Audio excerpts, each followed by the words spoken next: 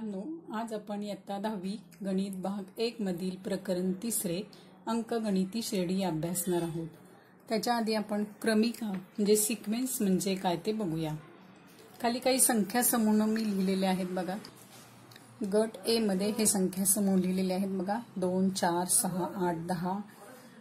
दुसरा गट आहे 3 9 27 81, नंतर 7 14 21 28, 5 5 5 5 असे काही संख्या समूह ए आणि बी गटामध्ये लिहिलेले आहेत। आता या गट क्रमांक ए मधील संख्या समूहाकडे जर तुम्ही पाहिले तर तुमच्या असं लक्षात येईल की ही संख्या पहिल्या स्थानावर आहे, ही दुसऱ्या स्थानावर आहे, ही तिसऱ्या स्थानावर आहे, चौथ्या पाचव्या अशा यांचे निश्चित स्थान आपण सांगू शकतोय। याच्यानंतर कोणती संख्या येणार आहे हे सुद्धा आपण निरीक्षणाने सांगू शकतो। 12 येईल, नंतर 14 येईल, किंवा हा दुसरा गट घेऊया आपण। याच्यामध्ये पहिल्या स्थानावर 3 चा 1 घातांक आहे, दुसऱ्या स्थानावर 3 चा घातांक 2 आहे, तिसऱ्या स्थानावर 3 चा घातांक 3 आहे। अशा क्रमाने या संख्या मांडलेल्या आहेत, म्हणजे यांच्या मांडणीमध्ये काहीतरी विशिष्ट क्रम आहे। नंतरची संख्या कोणती आहे हे आपण निश्चित सांगू शकतो। याच्यानंतर कोणती संख्या येईल हे सुद्धा आपण सांगू शकणार आहे। परंतु गट क्रमांक 2 पहा, -2 5 7 0 4 याच्यानंतर पुढची कोणती संख्या येईल हे काही निश्चित मला सांगता येणार नाही। या संख्या या गटातल्या संख्या ज्या आहेत या विशिष्ट क्रमाने यांची मांडणी नाही। परंतु गट क्रमांक ए मध्ये काय आहे, यातील संख्या ह्या विशिष्ट क्रमाने मांडलेल्या आहेत। अशा विशिष्ट क्रमाने मांडलेल्या संख्यांच्या समूहाला क्रमिका म्हणतात। क्रमिका म्हणजेच सिक्वेन्स आपण त्याला म्हणतो। पुन्हा एकदा बघा, या गटातील संख्या समूह जो आहे यातील संख्यांच्या मांडणीमध्ये विशिष्ट असा क्रम आहे। याच्यानंतर कोणती संख्या येईल, याच्यानंतर कोणती संख्या येईल हे आपल्याला सांगता येणार आहे। इथं सुद्धा 81 नंतर 3 चा हा चौथा घात आहे, याच्यानंतर 3 चा 5वा घात असणार आहे, 3 चा 6वा घात असणार आहे। अशा क्रमाने संख्या असतील हे आपल्याला निश्चितपणे सांगता येईल। म्हणून अशा मांडणीला क्रमिका असे म्हणतात। ही एक क्रमिका आपण बघूया। 3 9 27 81 यातलं जे पहिलं पद आहे त्याला T1 असं म्हणतात। 1 नंबरचं पद आहे म्हणून T म्हणजे टर्म, पहिले पद T1। हे 2 नंबरचं पद म्हणजेच T2, 3 नंबरचं पद म्हणजेच Tn। अशा क्रमाने या संख्या अशा मांडल्या जातात। आणि nवं पद असेल तर त्याला Tn असं म्हणतात। आणि ही क्रमिका महिरपी कंसात Tn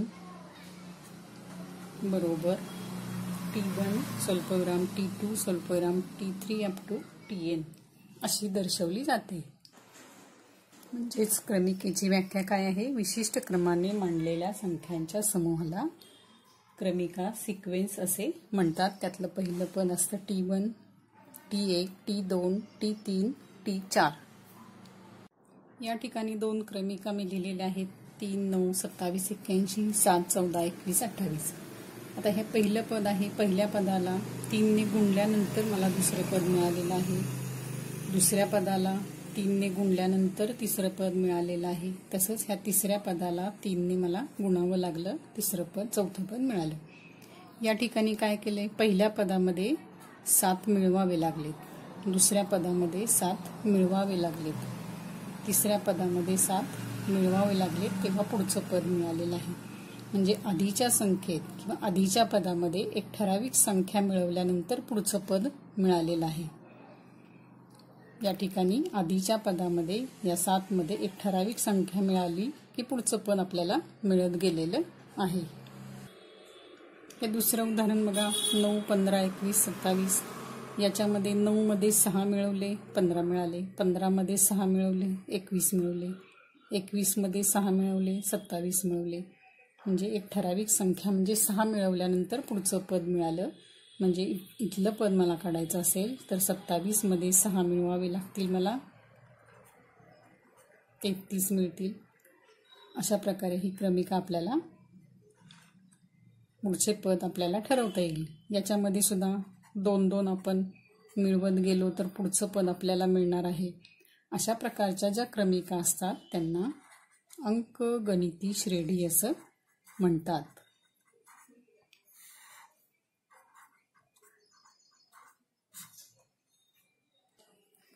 या क्रमिकांमध्ये आधीच्या पदामध्ये एक ठराविक संख्या मिळवल्यानंतर पुढचं पद आपल्याला मिळतं. अशा प्रकारच्या क्रमिकांना अंकगणिती श्रेणी असे म्हणतात. या क्रमिकेमध्ये काय केले, ठराविक संख्याने गुणावं लागलेलं आहे. म्हणजे आधीच्या पदाला एका ठराविक संख्येने गुणलं, 3ने गुणलं की पुढचं पद आपल्याला मिळणार आहे. याला भूमिती श्रेणी असं म्हणतात.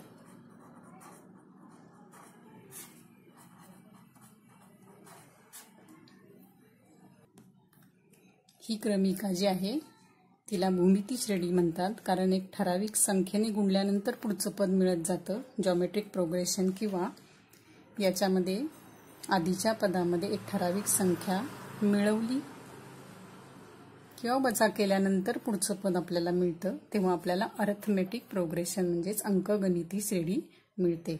या वर्षीच्या अभ्यासक्रमामध्ये फक्त आपण अंकगणिती श्रेणीचा अभ्यास करणार आहोत.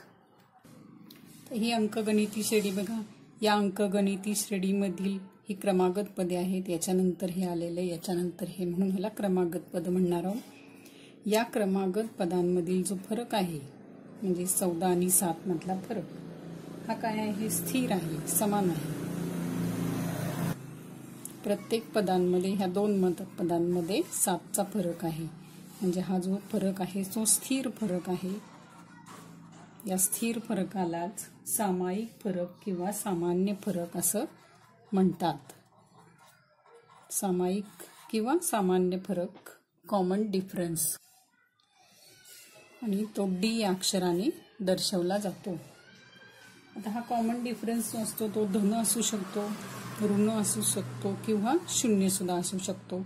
या ठिकाणी हा जो कॉमन डिफरन्स आहे तो धन आहे. म्हणजेच अंकगणिती श्रेणीची आपल्याला अशी सुद्धा व्याख्या करता येईल बघा. दिलेल्या क्रमिकेतील कोणत्याही 2 क्रमागत पदांमधील फरक स्थिर असेल, या 2 क्रमागत पदांमधील फरक स्थिर असेल तर त्या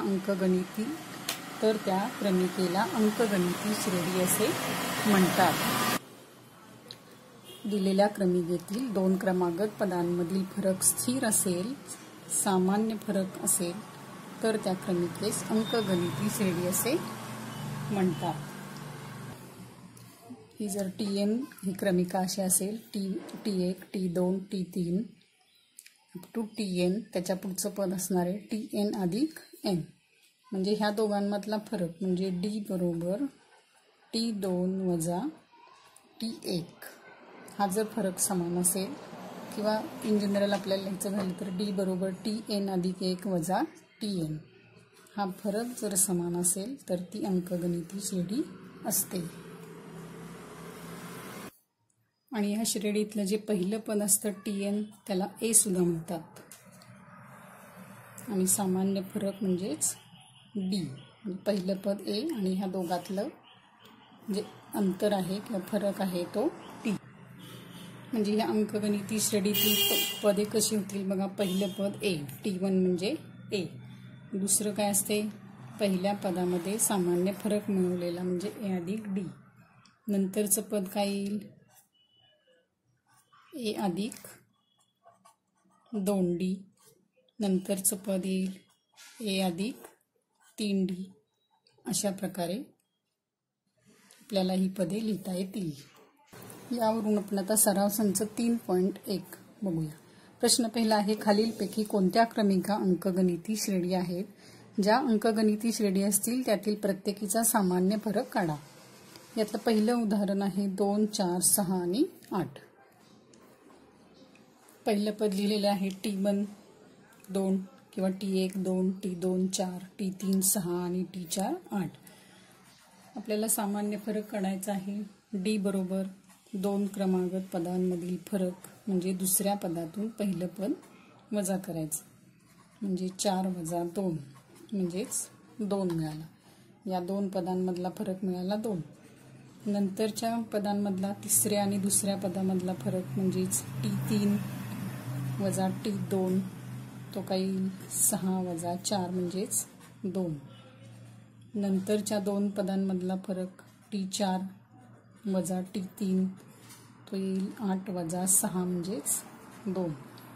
म्हणजेच या सगळ्या क्रमागत पदांमधला फरक काय आला? स्थिर आला, समान सारखा आला. म्हणून ही अंकगणिती श्रेणी आहे. इथं काय म्हणायचं की 2 क्रमागत पदांमधील फरक स्थिर आहे म्हणून दिलेली क्रमिका अंकगणिती श्रेणी आहे. दुसरं उदाहरण आहे 2 स्वल्पविराम 5/2 स्वल्पविराम 3 7/2. म्हणजे हे पहिलं पद, दुसरं पद, तिसरं पद आणि चौथं पद. म्हणून D बरोबर T2 वजा T1 किंवा T2 वजा T1. T2 आहे 5/2 वजा 2 म्हणजेच 2/1 लिहूया आपण. या ठिकाणी मी लसावी काढला 2 5 1 5 तिरकस गुणाकार हे 2 गुणिले 2 4 येतील. 5 वजा 4 म्हणजेच 1/2 म्हणजे D आला 1/2. नंतरच्या पदामधला फरक आला 3/1 वजा 5/2 म्हणजेच 6 वजा 5/2 1/2. नंतर 7/2 वजा 3/1 तिरकस गुणाकार केला 7 वजा 6/2 म्हणजे 1/2. म्हणजे ह्या क्रमागत पदांमधला फरक स्थिर आलेला आहे. त्यामुळे दिलेली क्रमिका ही अंकगणिती श्रेणी आहे. तिसरं उदाहरण आहे -10 -6 -2 आणि 2. T1 T2 T3 T4. D काढूया आपण. T2 वजा T1 -6 ऋण कंसामध्ये -10 ठेवायचे. म्हणजेच -6 हे ऋण धन होतील. तर भिन्न चिन्ह आली आहेत त्यामुळे वजाबाकी करून मोठ्या संख्येचं चिन्ह द्यायचं. धन 4 येईल. D येईल धन 4. नंतरचा D आला -2 -6 ऋण धन होतील. वजाबाकी करून मोठ्या संख्येचं चिन्ह येईल. इथं सुद्धा हे ऋण धन होतील. 2 आणि 2 4. म्हणजेच 2 क्रमागत पदांमधील स्थिर फरक आहे. त्यामुळे ही अंकगणिती श्रेणी आहे. चौथं उदाहरण आहे 0.3 0.33 0.333.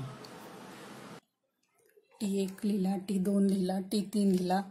D बरोबर T2 वजा T1. 0.33 मधून 0.3 आपल्याला वजा करायचे. बघा दशांश चिन्हांची वजाबाकी आहे त्यामुळे या ठिकाणी आपण बाजूला इकडं करूया. 0.33 वजा 0.3 हे 3चे 3 3 वजा 3 0 येतील. दशांश चिन्हाखाली दशांश चिन्ह येईल. 0 वजा 0 म्हणजे D किती येणार इथं 0.03. नंतर D बरोबर T3 वजा T2 T2 0.33 वजा 0.33 यातून वजा करा. 3चे 3 येतील. 3 वजा 3 0 0 दशांश चिन्हाखाली दशांश चिन्ह 0 म्हणजे या ठिकाणी D किती आलेला आहे 0.003. म्हणजे हा D किती आला आणि हा D किती आला वेगळे आले. फरक भिन्न आला. म्हणजेच ही दिलेली क्रमिका अंकगणिती श्रेणी नाही. 2 क्रमागत पदांमधील फरक स्थिर नाही त्यामुळे दिलेली क्रमिका अंकगणिती श्रेणी नाही असं हे वाक्य खाली लिहून टाकायचं. 5वं उदाहरण आहे 0 -4 -8 -12. T1 लिहिला 0 T2 -4 T3 -8 T4 -12. D बरोबर T2 वजा T1 काय येईल -4 वजा 0 म्हणजेच -4. नंतर T3 वजा T2 काय येईल -8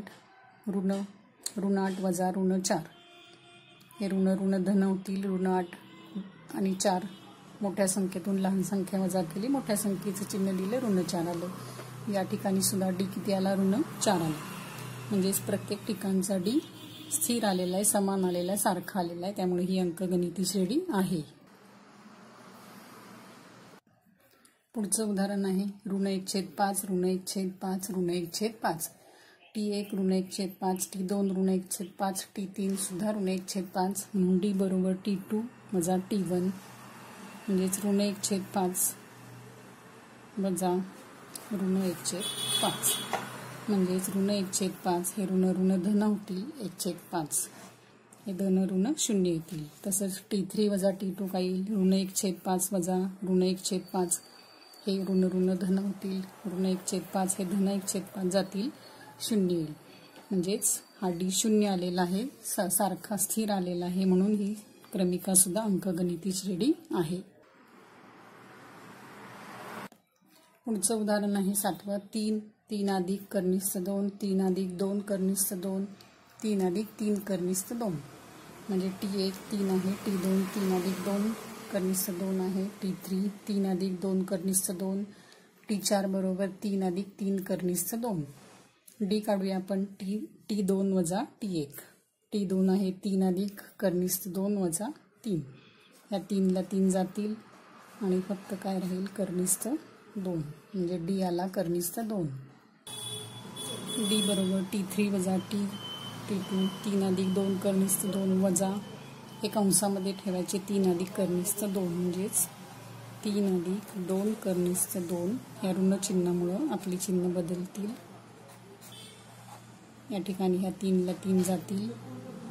आता हे स्वरूप पद आहेत त्यामुळे यांच्या सहगुणकांची वजाबाकी करूया. हे 2 कर्निस्थ 2 आहेत हे 1 कर्निस्थ 2 आहेत 2 कर्निस्थ 2 वजा 1 कर्निस्थ 2 म्हणजेच फक्त कर्निस्थ 2 येतील म्हणजे हा D किती आलेला आहे कर्निस्थ 2. नंतर चौथ्या पदातून तिसरं पद वजा केल्यानंतर सुद्धा काय येईल कर्निस्थ 2च येतील म्हणजेच क्रमागत पदांमधील फरक स्थिर आलेला आहे त्यामुळे ही क्रमिका अंकगणिती श्रेणी आहे. 8वं उदाहरण आहे 127 132 137 T1 127 T2 132 T3 137 D काढूया आपण T2 वजा T1 D मिळालेला आपल्याला 5 मिळालेला आहे त्यामुळे ही क्रमिका सुद्धा अंकगणिती श्रेणी आहे. आता प्रश्न दुसरा बघा जर अंकगणिती श्रेणीचे पहिले पद A व सामान्य फरक D असेल तर अंकगणिती श्रेणी लिहा. या ठिकाणी A आणि D ची किंमत दिलेली आहे आपल्याला अंकगणिती श्रेणी लिहायची आहे. पहिलं पद दिले सामान्य फरक दिलेला आहे. पहिले उदाहरण आहे A बरोबर 10 D बरोबर 5 T1 बरोबर A असतो आणि A म्हणजेच 10 म्हणजे पहिलं पद आपल्याला मिळालेलं 10. तसंच दुसरं पद काय A अधिक D म्हणजेच T1 अधिक D म्हणजेच 10 अधिक 5 म्हणजेच 15. तिसरं पद कसं मिळेल आधीच्या पदामध्ये D मिळवलं म्हणजे T2 मध्ये D मिळवला 15 अधिक 5 म्हणजेच 20. T4 मिळवला T3 अधिक D म्हणजेच 20 अधिक 5 म्हणजेच 25. म्हणून अंकगणिती श्रेणी बरोबर 10 15 20 आणि 25 पुढं डॉट डॉट डॉट. दुसरं उदाहरण आहे A बरोबर ऋण 3 D बरोबर 0 म्हणजे पहिलं पद आपल्याला म्हणजेच A म्हणजेच ऋण 3. दुसरं पद मिळालं T1 अधिक D म्हणजेच ऋण 3 अधिक 0 म्हणजेच ऋण 3. तिसरं पद मिळेल T2 मध्ये D मिळवा म्हणजे T2 आहे ऋण 3 मध्ये 0 मिळवल्यावर ऋण 3 मिळतील म्हणजे अंकगणिती श्रेणी आपल्याला मिळाली ऋण 3 ऋण 3 ऋण 3. तिसरं उदाहरण आहे A बरोबर ऋण 7 D बरोबर 1/2. पहिलं पद आपल्याला A आहे ऋण 7. दुसरं पद कसं मिळणार आहे पहिल्या पदामध्ये D आपल्याला मिळवायचं आहे ऋण 7/1 अधिक 1/2. या ठिकाणी लसावी काढूया 2 तिरकस गुणाकार करा 7 दुनी 14 अधिक 1 म्हणजेच ऋण 13/2 आणि ऋण 13/2 म्हणजेच ऋण 6.5.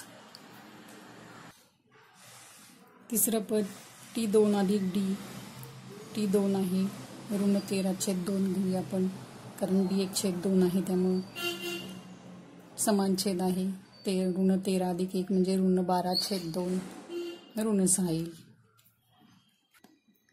नंतर चौथं पद मिळेल ऋण 12/2 अधिक 1/2 यांची वजाबाकी केल्या येतील ऋण 11/2 म्हणजेच ऋण 5.5. म्हणून अंकगणिती श्रेणी कशी मिळेल म्हणून अंकगणिती श्रेणी बरोबर ऋण 7 ऋण 6.5 ऋण 6 आणि ऋण 5.5. चौथं उदाहरण आहे ए बरोबर ऋण 1.25 आणि डी बरोबर 3. T1 मिळाला आपल्याला ऋण 1.25. T2 कसा काढणार? T1 अधिक डी म्हणजेच ऋण 1.25 अधिक 3. आता या ठिकाणी भिन्न चिन्ह आहेत दोघांची, त्यामुळे आपण वजाबाकी करावी लागणार आहे. मोठ्या संख्येतून लहान संख्या आपल्याला इथे वजा करायची आहे. याच्यामध्ये मोठी संख्या ही आहे म्हणजे 3.0 आणि 1.25. भिन्न चिन्ह असल्यामुळे आपण वजाबाकी करतोय. 0तून 5, 10तून 5 गेले 5, इथे 7 येतील, हातचा 1 येईल, 3तून 2 गेले 1 आणि मोठ्या संख्येचं चिन्ह म्हणजे धनात्मक. म्हणजे T2 काय मिळाला इथं? 1.75. आता T3 काढायचं मला. T2 अधिक डी. T2 मिळाला 1.75 अधिक 3. या ठिकाणी सुद्धा 1.75 मध्ये 3 मिळवायचे आहेत. 3 म्हणजेच 3.0 घ्यायचे. यांची बेरीज करायची. 5चे 5, 7चे 7, 3 आणि 4, 4.75. म्हणजेच अंकगणिती श्रेणी या पद्धतीने आपल्याला मिळेल. ऋण 1.25, 1.75, 4.75 डॉट डॉट डॉट. 5वं उदाहरण आहे ए बरोबर 6 आणि डी बरोबर ऋण 3.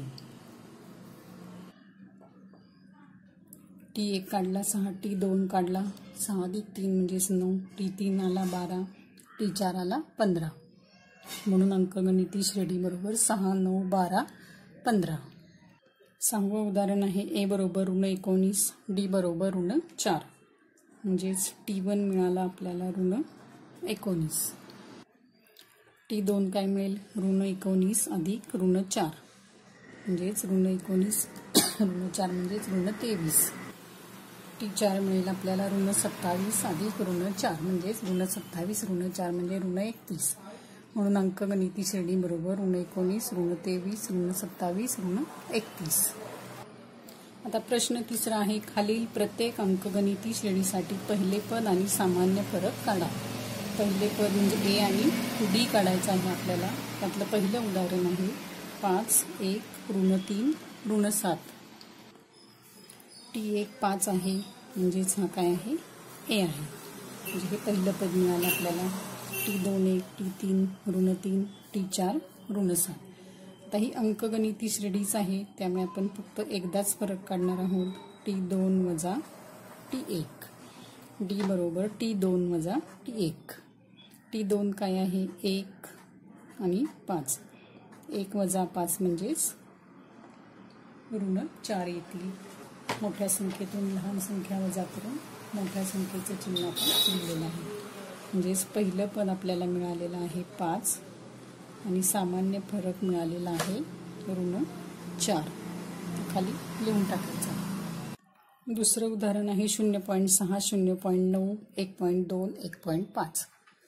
T1 आहे 0.6 म्हणजेच हे पहिलं पद आहे. T1 म्हणजेच ए असतो. T2 हा T3 1.2, T4 1.5. डी काढला आपण. T2 वजा T1 म्हणजे 0.9 वजा 0.6. या ठिकाणी सुद्धा वजाबाकी करताना दशांश चिन्हाखाली दशांश चिन्ह घ्या. 0.9 मधून 0.6 वजा करा. 9तून 6 गेले 3 आणि म्हणजेच या ठिकाणी डी आपल्याला मिळालेला आहे 0.3. म्हणजे ए बरोबर 0.6 आणि डी बरोबर 0.3. तिसरं उदाहरण आहे 127, 135, 143, 151. म्हणजे पहिलं पद आहे 127. पहिलं पद म्हणजेच ए आहे हा. T2 आहे 135. डी काढूया. T2 वजा T1 135 वजा 127. 135 मधून 127 वजा केल्यानंतर 8 मिळतील. ही अंकगणिती श्रेणीच दिलेली आहे आपल्याला, त्यामुळं आपण इथं एकदाच डी काढलेला आहे. पुढचं उदाहरण 4 आहे 1/4, 3/4, 5/4 आणि 7/4.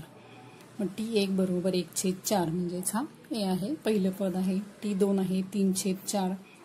मग डी काढूया आपण. T2 वजा T1. T2 आहे 3/4 वजा 1/4. छेद समान आहे त्यामुळे अंशांची वजाबाकी करू. 3 वजा 1 म्हणजेच 2/4 म्हणजेच 1/2. म्हणजे या ठिकाणी सामान्य फरक आपल्याला मिळालेला आहे 1/2. म्हणजे पहिलं पद आहे 1/4 आणि सामान्य फरक आहे 1/2.